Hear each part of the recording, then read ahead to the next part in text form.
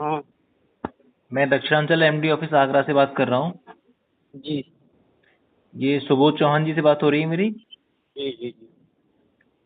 अ, आपके साथ में आपके मीटर रीडर कौन है? ललित। ललित वर्मा। जी तो आप अभी फील्ड में ही हैं? जी बिल्कुल। हो रही है बिलिंग? बिल्कुल हो रही है। कितनी हो चुकी है अब तक सुबह से? अब तक हो चुकी है 20-25 हो गई है। 20-25? हम्म। हेलो। हाँ जी। 20-25 ही हुई है अभी तक? एक्चुअल में फीडर ब्रेकडाउन में है सर, उसको चालू करवा के तब आया था मैं। अच्छा। करसाना फीडर आपको शायद जानकारी हो। हाँ हाँ। काफी सेंसिटिव फीडर है ये। हम्म। और अभी भी फिर तार टूट गया है सुखपुर पे।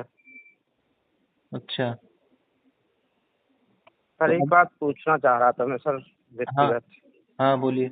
ये असिस्टेंट बिल्डिंग का लॉजिक समझ में नहीं आया सर। बाकी का काम बिल्कुल बेकार जा रहा है रोज। क्या क्या? बाकी सब बाकी के काम पेंडिंग में हो जाते हैं। एक जे जो नहायत मतलब इतना बिजी आदमी है, हम्म। इतना वर्कलोड है, तो हम्म। उसको असिस्टेंट बिल्डिंग में डाल दिया। देखिए जय साहब आप भी हैं और एसडीओ साहब भी हैं। एसडीओ विपिन गुप्ता जी बिल्कुल। हैं। वो भी लगे हुए हैं इस काम में। ये तो ऊपर से ही ऑर्डर है एमडी साहब के, उन्होंने ही फिर कहा है सबके लिए ड्यूटी लगाने के लिए, तो विभागीय आदमी होना चाहिए साथ में, अदरवाइज मीटर रीडर मैं तो क्या सर आपको पता आपसे ही है। व्यक्तिगत बात कर रहा हूँ सर, जो परेशानी है। हम्म। ठीक है, स्टाफ को लगा देते, बाकी के स्टाफ को लगा देते अब बाकी के काम किस टाइम देखिए हैं। ये तो है। ये तो अब कभी हम। आदेश आता है कि लाइन दिखवाओ, कभी आदेश आता है तो मीटर बिलिंग करो।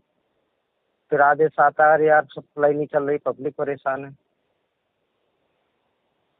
खैर गर्मी में। चक्कर सर गर्मी में चक्कर तो घनी बना दिया है। गर्मी में खैर सभी लड़के वो गांव वाले ही परेशान होते होंगे। बिना बिजली के सब परेशानी है। अगर ये बिल सब टाइम से होते रहते, विभाग घाटे में ना जाता, तो फिर ये सब चीजें क्यों करनी पड़ती? तो सर घाटे में जाने का क्या, इसके लिए अब नीचे का स्तर क्या रेस्पॉन्सिबिलिटी। मैं पूरी बात कहना नहीं चाह रहा, अब क्या होता। सर पहले कनेक्शन नहीं थे, हाँ। बिजली घर भी बनते थे, उनके साथ क्वार्टर भी बनते थे, कनेक्शन का नाम बस चक्की, बस हम्म। चक्की और बड़ी बड़ी कमर्शियल हम्म। फिर भी विभाग हम्म। खाद्य में था। हम्म। अब अनाप शनाप कनेक्शन है, बिल्डिंग भी कोई बनती नहीं है, स्टाफ के नाम पर प्राइवेट स्टाफ है।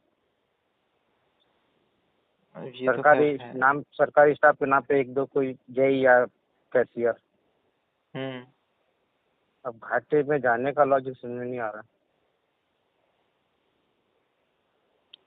देखिए इस चीज में ना तो मैं कुछ कह सकता हूँ ना आप कुछ कह सकते हैं। हमें तो जैसा, हम सरकारी आदमी है, हमें जैसा कहा जाता है हमें वैसे ही करना सर पड़ता है। एक बात बोलना चाहता हूँ सर, हम्म। जिंदगी निहायत नर्क बन गई है। अगर इसको प्राइवेट ही करना है तो कर दीजिए, कर हो जाए तो जाओ, ये कोई नहीं रोकेगा उसे। ऐसी नर्क की जिंदगी से तो ये हो जाए तो बेहतर है। परिवार बिखर रहे हैं सर, परिवार के लिए टाइम नहीं, अपने स्वास्थ्य को सुधारने का टाइम नहीं। डॉक्टर को दिखाएं तो दिखाएं किस टाइम, सुबह निकलना, रात में घुसना, बच्चे बीमार, माँ बाप बीमार, माँ अंधी घर पर बैठी है ऑपरेशन के लिए। आखिर हम जी रहे हैं तो क्यों जी रहे हैं और किसके लिए जी रहे हैं, ये समझ में नहीं आ रहा है सर।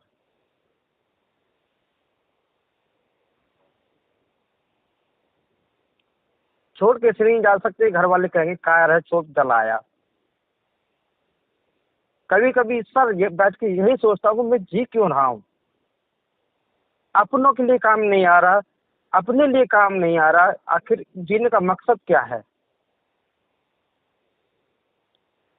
अगर कोई अधिकारी आपको मेरी ये आवाज या ये दर्द सुन सके तो सर जरूर सुनाइएगा उनको। मैं सुनाऊंगा। कि आपको सिर्फ प्राइवेट करने के लिए ही प्रताड़ित करना है तो कर दीजिए ना। कल नहीं आज कर दीजिए। अगर निकालना है तो निकाल दीजिए, कम से कम कायर या डरपोक होने का ब्लेम तो नहीं आएगा हमारे पास ऊपर।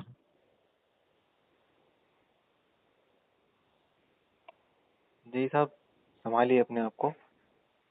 देखिए, जिंदगी में बहुत सारी मुसीबतें आती हैं, हर किसी की में आती हैं। ऐसा नहीं है कि आपकी में है या मेरी में है या फिर किसी की में भी सर है। मेरे पापा ने धोखे से तेजाब पी लिया है और मैं 15 दिन हुए उनको देखने तक नहीं जा सका।